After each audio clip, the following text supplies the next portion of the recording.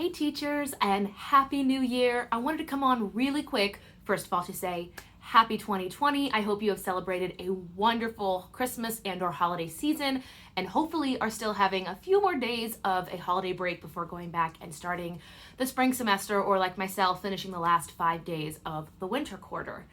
I feel like typically around this time of year, a lot of YouTubers, whether they're teachers or just frugal-minded people, make these videos that are basically on the topic of what I'm not buying, what I'm cutting out, how I'm going to squeeze my budget more and save more money. And that is great, and it's typically what I've done in my last 3 years as a YouTuber.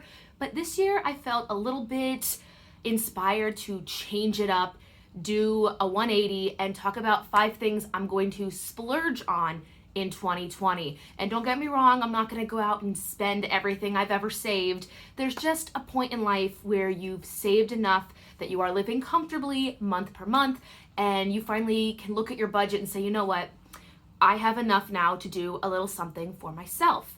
And this is not meant to say, hey, look at me. This is just saying, hey, teachers, if you are like myself, you don't always have to be go, go, go, burn out all the time. It's okay every once in a while to splurge on things, especially if it can help you during a stressful time, help you have better work-life balance. And if you have anything that you would like to contribute or something you're looking forward to splurging on in 2020, let me know down below in the comments. I'm not going to edit this video whatsoever. I'm literally just going to post it. I'm going to literally film it, render it, and post it. No editing, so you won't see anything popping up on the screen, so you won't see me tell you to like click the buttons or anything, but if you have not already done so, definitely subscribe. Can't edit, so we're just gonna go straight on. I wrote them out because I was literally in the car, obviously stopped, and it just came to me to do a 180, do something a little bit different, so I wanna share what I plan on splurging on in 2020. The first thing I wrote was good quality skincare. And normally I do a lot of drugstore cleansers, moisturizers, basically everything that has to do with my skin does typically come from a drugstore. Being a K through 8 music teacher, I usually have makeup on for performances. I also do regular, theater as an actress doing musical theater. I do a couple symphony concert gigs as, an MC and singer. So there are a lot of times that I have to have stage makeup on. And it didn't make sense to go out and buy a bunch of high quality makeup and then high quality skincare to take that off. But this year I want to just take the time. I actually already sampled a few things. None of this is sponsored, by the way, but if you are looking for a good skincare line, I highly recommend something called Juice Beauty. I found it at Sephora. It is not cheap, but it does last a while, and it makes you not look like you didn't get as much sleep as you actually did, meaning I don't feel like I look like I've aged as much as teaching makes me feel I've aged. But it also taught me through doing Juice Beauty how a skincare routine should be. It's not just taking some Clean and Clear, wiping it on your face and calling it a day. I actually know how to cleanse, put on toners, moisturizers, eye cream, all of that stuff. And it really works, at least for Juice Beauty. I've used it on my regular makeup. I've used it with my stage makeup, and I highly recommend it, but I'm definitely going to invest in more of their line and probably just get refills of things I am already using. The next thing on my list is affordable spa treatments. Now, for me, I live in Columbus, Ohio, and there is a spa here that works very similar to like a HelloFresh or a subscription service. You pay $50 a month, and that payment gets you either a facial or a massage, an hour for either one. But if you miss that month, that treatment rolls over into the next month. And I don't know where you live or the prices of these sort of things, but if I were to go to like a Kenneth's or a big fancy spa, hour-long treatments start at $85. That's where they start. So at least at this place, again, it's called Hand and Stone. If you have it in your area, look it up. Again, not sponsored. It's $50 a month. You can go on their website and you can see what days, what treatments are available, and you can select your day and time, which makes it very nice as a teacher, just be able to click on the website and say, okay, parent-teacher conferences are on Tuesday, so I want my massage on Thursday, and I can schedule it.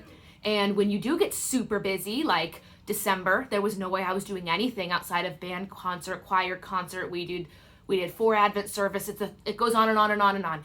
Basically, December is the worst month to schedule anything outside of that building. So I actually have 4 treatments because I got married in October and then didn't do a treatment since. So they actually called and said, hey, Kristen, you need to come in and get a treatment. So just look in your area, ask around, is there something similar to this?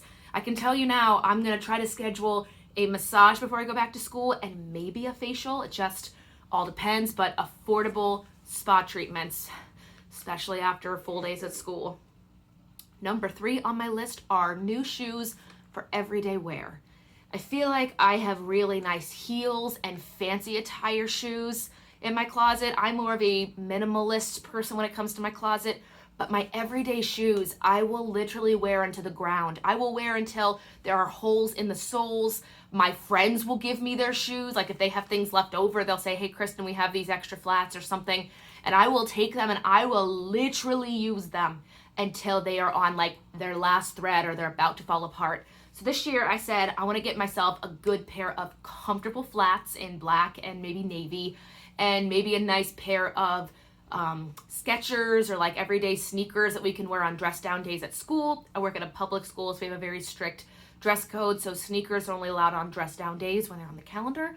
But I feel like just investing in a nice solid pair of everyday shoes, again in 2 colors so I can mix and match, would be a really nice way, especially if I can donate my old ones, because I would still take another year out of them. I've had the flats I'm currently wearing since January of 2018, and I wear those. I have 3 of them. I wear them every single day. I do take care of them, clean them, and all that stuff, but I think it's time to get some new ones. Number 4, this might just be for me, but number 4 is clothes for my honeymoon. I did mention before I got married in October, but getting married as a full-time teacher means that we are not taking our honeymoon until like 9 or 10 months after the wedding. Got married in October. Our honeymoon is in June. We are going to Hawaii. Proud moment. We actually just paid off our entire trip in full yesterday, because today's Tuesday, New Year's Eve.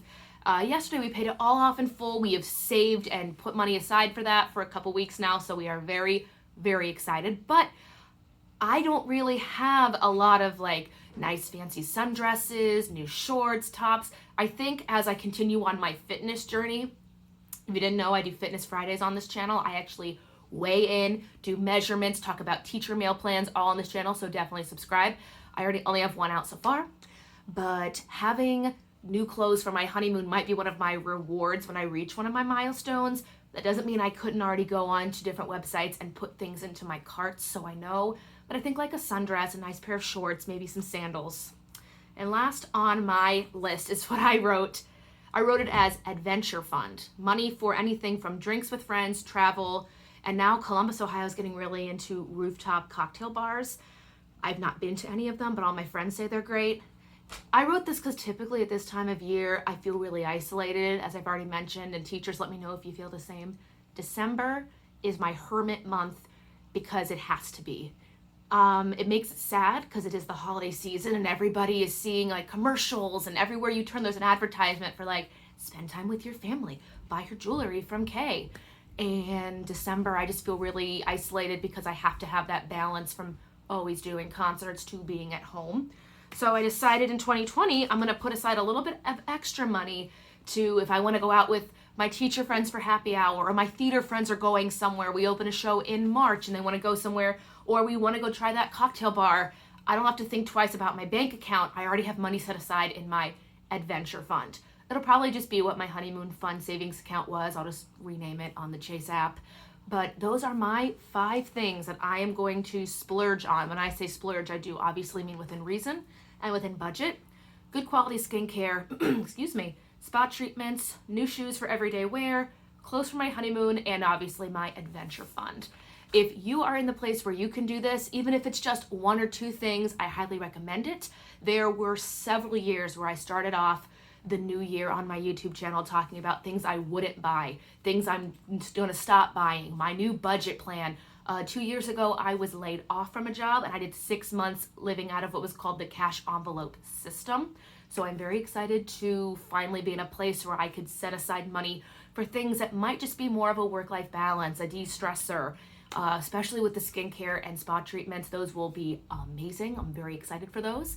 But once again, let me know if you guys have any plans to do something similar down below, or if it's a savings year, what are you saving for? What if you are going to splurge, what's it going to be on? I always like seeing those things. Have a happy and healthy new year. don't drink and drive, and I'll see you in the next video.